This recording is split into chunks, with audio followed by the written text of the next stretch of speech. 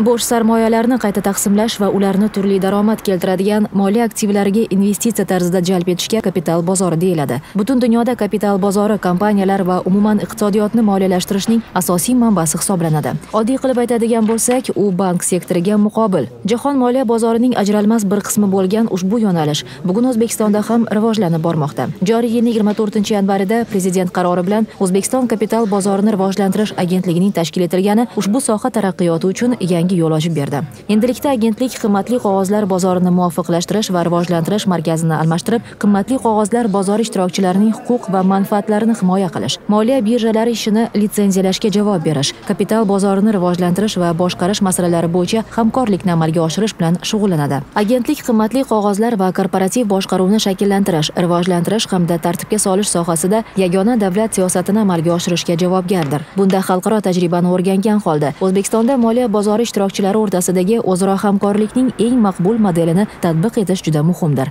Yaqinda poytaxtimizda o'tkazilgan yirik xalqaro moliya bank forumida ham moliya bozori integratsiyasi, xususan kapital bozori, uni rivojlantirish masalalari muhokamalar markazida bo'ldi. Unda kapital bozorini rivojlantirish agentligi faoliyatiga batafsil to'xtalib o'tilgan edi.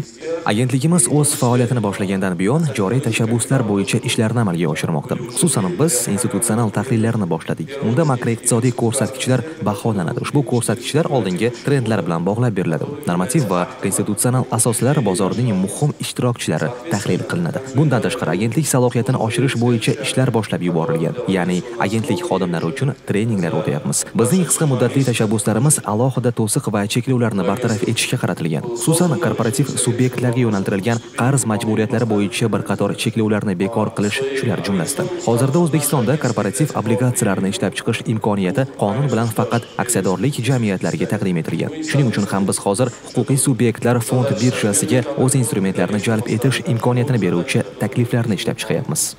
Bugungi kunda agentlik quyidagi vazifalarni amalga oshirib kelmoqda. Investitsiyalarni rag'batlantirish, sog'lom raqobat muhitini shakllantirish, moliya institutlarini mustahkamlash, jahon moliya bozorlari faol integratsiyasini amalga oshirish, savdo infratuzilmasini tashkil etish va shu maqsadlar uchun ilg'or platforma yaratish shular jumlasidan.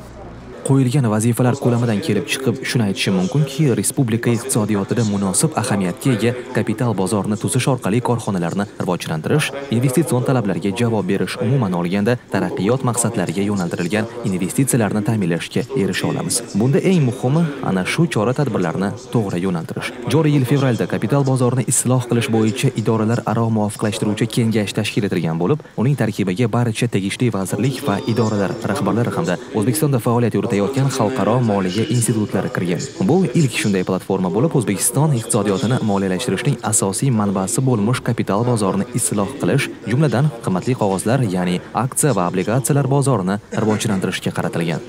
Bundan tashqari mahalliy va xalqaro ekspertlardan iborat loyiha guruhi tuziladi. U kapital bozorini batafsil o'rganadi, muammolarni aniqlaydi va ularni hal etish yuzasidan tavsiyalar beradi. Shuningdek, qonunchilikka o'zgartirishlar kiritish hamda yangi qonun hujjatlari ishlab chiqish bo'yicha takliflar kiritadi.